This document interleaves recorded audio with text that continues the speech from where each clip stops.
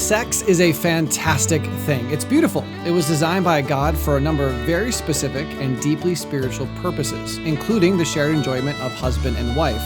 But it's not love. Welcome to Truth, Love, Parents, where we use God's Word to become intentional, premeditated parents. Here's your host, A.M. Brewster. Before we start today, friends, I want to share a prayer request. A friend of Truth Love Parent shared that one of our listeners is having struggles at home. Will you please take a moment to pray for them? You don't have to know who they are. You don't need to know what the situation is. Just pray. No doubt many of our listeners are having family struggles right now. And if we're truly going to be a community of believers who love God and love others, we need to pray for each other. As an online community, ours cannot be as vital and as interactive as a local community. But one of the key things we can do is to encourage each other and pray for each other. If this is a kind of online community of which you'd like to be a part, I encourage you to go to truthloveparent.com and become a part of the TLP family. When you sign up on the TLP website, you'll receive a code, and that will give you access to our closed Facebook group. If nothing else, let's remember to pray for the other TLPers who need God's truth and love in their life. And speaking of love, let's talk a little bit about romance. If this is your first time with us, we just finished up a series called The Three Family Loves. And during that series, I referenced the fact that many people think that romance and attraction are synonymous with love. I also talked about the fact that many people believe the Greek word eros typifies the passionate love between husband and wife. But that's not accurate. So I encourage you to listen to that series if you haven't already heard it. In fact, I encourage you to start at episode 126, which started our month-long study in love and hate. So let's see what the Bible has to say about romance, from which of the three family loves it flows, and how we can develop it in our relationships. Probably the most quote-unquote romantic book in the Bible is the Song of Solomon, or sometimes referred to as the Song of Songs. The whole book is a poem that switches back and forth between three or so speakers. There's Solomon, his bride, and an unnamed group of people. Most of the book consists of Solomon and his love professing their love for each other, and their language is descriptive to say the least. Some people have joked that parents have walked in on their kids reading the Song of Solomon and yelled, "What are you doing? Put away that garbage." Serious scholars have been all over the spectrum while trying to explain the spiritual significance of the book. Some have said it's no more than a love poem expressing the beautiful love between husband and wife, and others have said it's a picture of Christ and his bride, the church. My point today is not to lend a scholarly machete to the Song of Solomon's passionate thicket. I merely wanted to allude to the book and observe that passionate romance between a man and a wife is a godly and beautiful thing. But is it love? One of the things that annoys me to no end are the phrases, quote-unquote, making love and, quote-unquote, the act of love, both of those referring to sex. Those phrases are no more biblical than the 5 love languages. Nowhere in the entire Bible is the word love used to describe sex. Now, we have to acknowledge the fact that it's the world who has incorrectly synthesized this idea of love and sex. Now, here are the easiest arguments against that concept from a biblical standpoint. Number one, I'm commanded in the Bible to love everyone. And 2, the Bible never uses the word love to refer to sex. And 3, anytime the Bible does refer to sex, it does so in a very unexpected way. With that said, let's turn our gaze to just one New Testament passage that says the most about Christ-honoring sex. In 1 Corinthians 7, 1-5, we read, "It is good for a man not to have sexual relations with a woman. But because of the temptation to sexual immorality, each man should have his own wife and each woman her own husband." Now, we need to start by observing that this chapter was not written to give sex tips to couples. It was written on the heels of a lengthy passage where Paul commands everyone to flee sexual immorality. And then he starts on this section by referencing a previous letter he wrote to the Corinthians. In that letter, he made the observation that it is good for a man not to have sexual relations with a woman. No doubt the Corinthians wrote back and wanted some clarification. Unfortunately, their congregation was a little too obsessed with sex. They had even become arrogant over the fact that there was a man in their congregation that was having sex with his stepmom. So Paul has to clarify that abstinence is good. In fact, later in the chapter he says, "I wish that all were as I myself am," referring to his being unmarried. And then he proceeds to give reasons why being single can be a great blessing. So amidst his clarification about not touching a woman, Paul concedes that if you're having a difficult time fighting the temptation to sexual immorality, then it's just better to get married. Now, the verses that follow continue Paul's thesis concerning sexual immorality and how to flee from it. In chapter 6, he lays the foundation for how to escape the temptation. In chapter 7, he says, if the temptation seems too great, get married. But then he gets more specific. And if you're married, since we all know that you're still going to face sexual temptation, this is one good way to avoid that temptation. And he says, the husband should give to his wife her conjugal rights, and likewise the wife to her husband. For the wife does not have authority over her own body, but the husband does. Likewise, the husband does not have authority over his own body, but the wife does. Now, doesn't that just sound romantic, warm, and mushy-gushy? He's referring to sex by talking about rights and authority. Of course, before you think I'm downing sex and all that, I'm totally not. But the discussion for today is not about good sex habits. If it were, we'd spend more time in this chapter and mine the deep truths. But for now, I just want to make the observation that this passage is anything but romantic. So Paul continues, do not deprive one another, except perhaps by agreement for a limited time, that you may devote yourselves to prayer.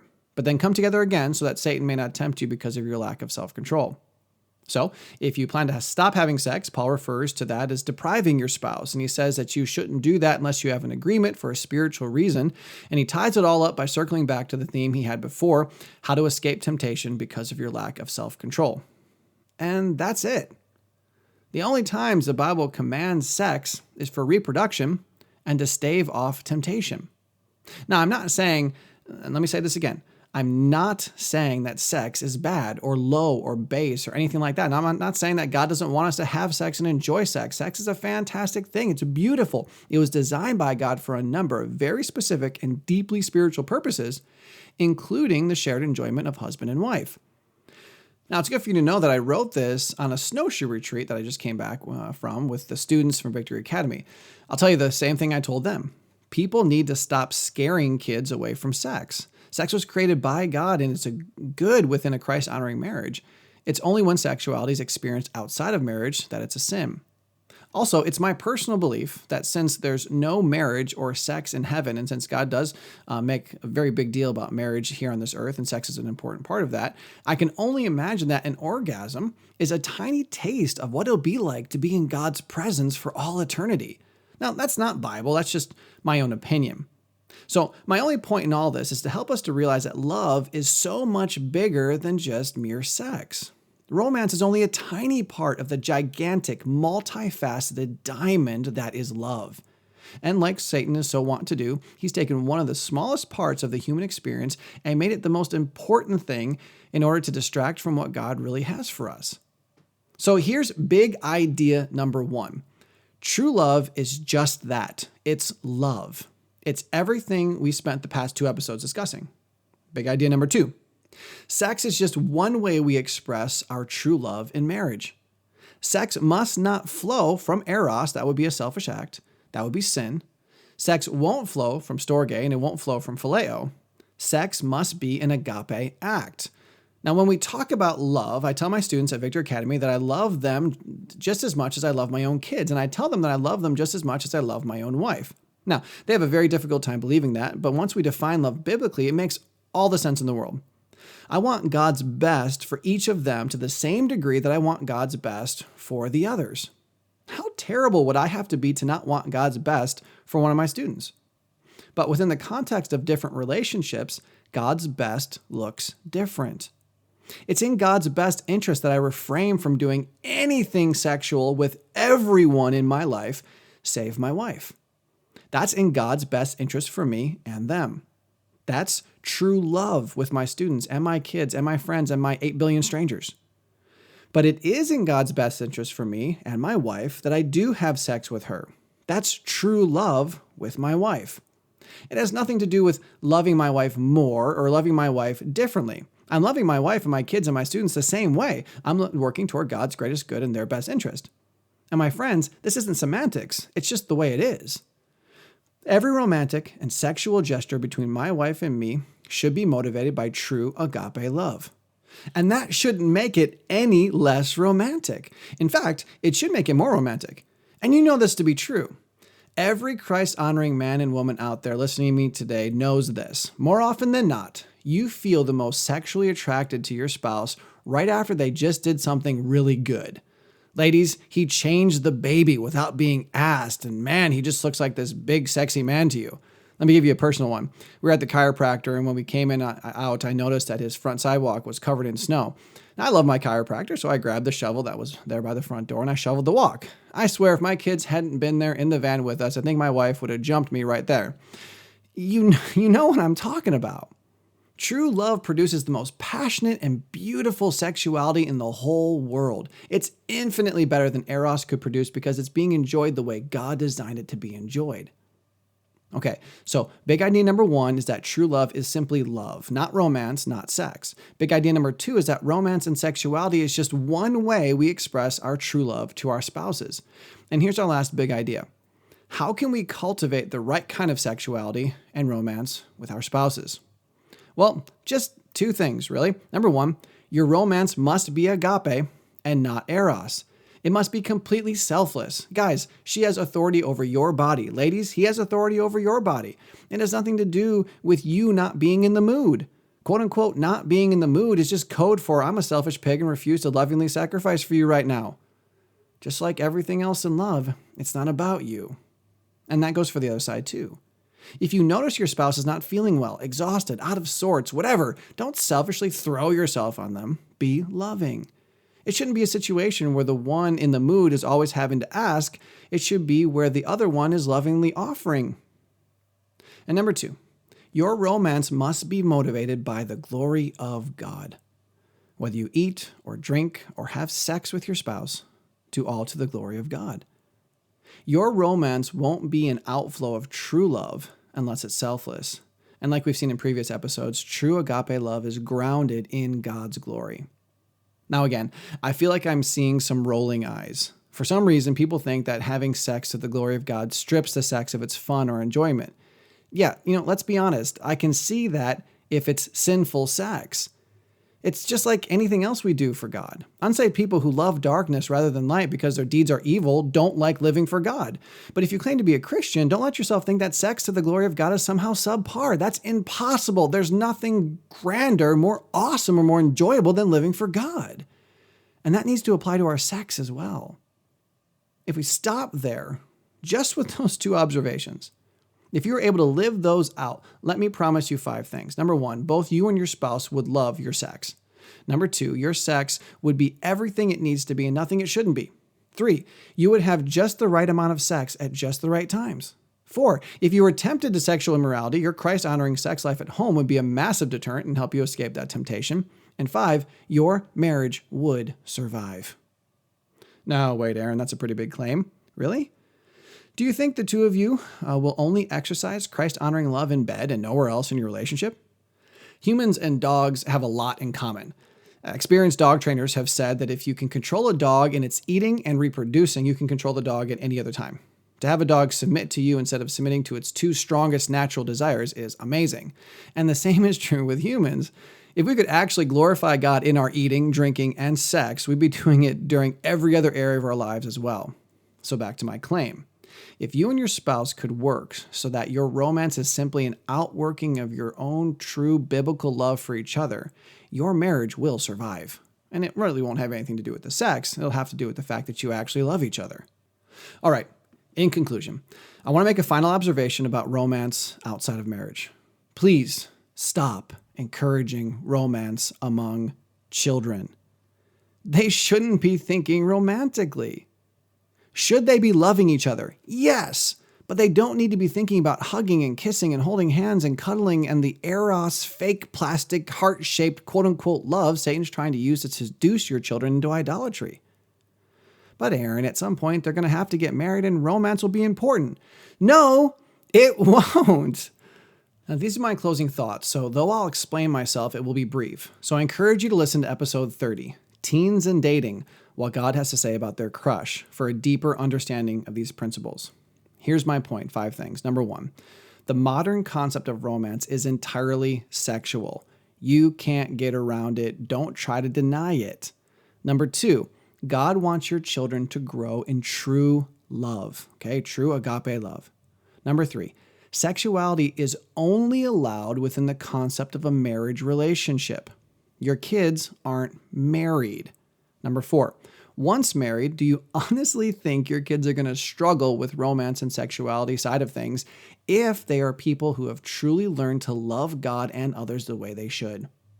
And number 5, by encouraging them in our sexually oriented cultural understanding of romance, you're encouraging them to build their relationship off a small part of what it means to love someone, something they're not even allowed to be engaging in if they're not married. The Bible has very little to say about Christ-honoring sexuality because when it's inspired by God, it will work every time. But the Bible has a lot to say about sinful sexuality because it's such a huge temptation. Jesus said that even lusting after someone is akin to committing adultery with them. Encourage your children to do what's in God's best interest for everyone. And once they're old enough, encourage them to do what's in the best interest of the individual in whom they're interested, aka the person they believe may make a Christ-honoring spouse. Within that context, giving flowers may be in God's best interest for that person. A long walk by the ocean may be as well too. But so will abstaining from sexual immorality of every kind. If your kids have to sexually engage with someone in eros in order to woo them into marriage, do you really think the relationship will be built on true love? Again, episode 30, Teens and Dating, What God Has to Say About Their Crush, deals with the biblical data on this subject in much greater detail. Please listen to that episode, especially if your kids are at the quote-unquote dating age. I know this may not be the type of episode that you'd usually share on social media, but no doubt sex struggles are affecting nearly every couple you know. And the concepts on which we talk today will address nearly every general sex-related issue in a marriage. So with that said, you may want to share it anyway. And speaking of social media, you should follow and like us on Facebook and Twitter. You really should. We're very active on those platforms. We're also on Instagram, Pinterest, and YouTube, but we're waiting to invest in those platforms until Team TLP grows a little bit more. So if you love Pinterest and Instagram and would be interested in seeing what it would be like to join Team TLP, you can click on the community tab at truthloveparent.com. Click on the Join Team TLP and find out. And as always, I've worked up some episode notes that may be helpful for you. You can find them linked below on our blog, Taking Back the Family. Now, the title of our next episode is Hosea Parenting, What to Do When Your Kids Break Your Heart. Who was Hosea and how can his relationship with his adulterous wife inform your parenting? Well, I hope you'll join us next time to find out. Also, I want to give a massive thank you to my wife, Johanna. She's one of TLP's patrons. She totally believes in what we're doing, and even though she's a part of Team TLP herself, she's also a financial supporter. Wait, Aaron, I thought husbands and wives should have a joint bank account. Well, I agree with that, but my wife does own a business, and she specifically wanted to divert a portion of her income into Truth Love Parent because she loves the Lord, loves families, and I'm pretty sure she loves me too. So if you, like Johanna, love TLP and would like to support us, please click the 5 ways to support TLP link in the description below. And I'm sure if no one else does, my wife will get a kick out of me choosing this episode in which to thank her for her support.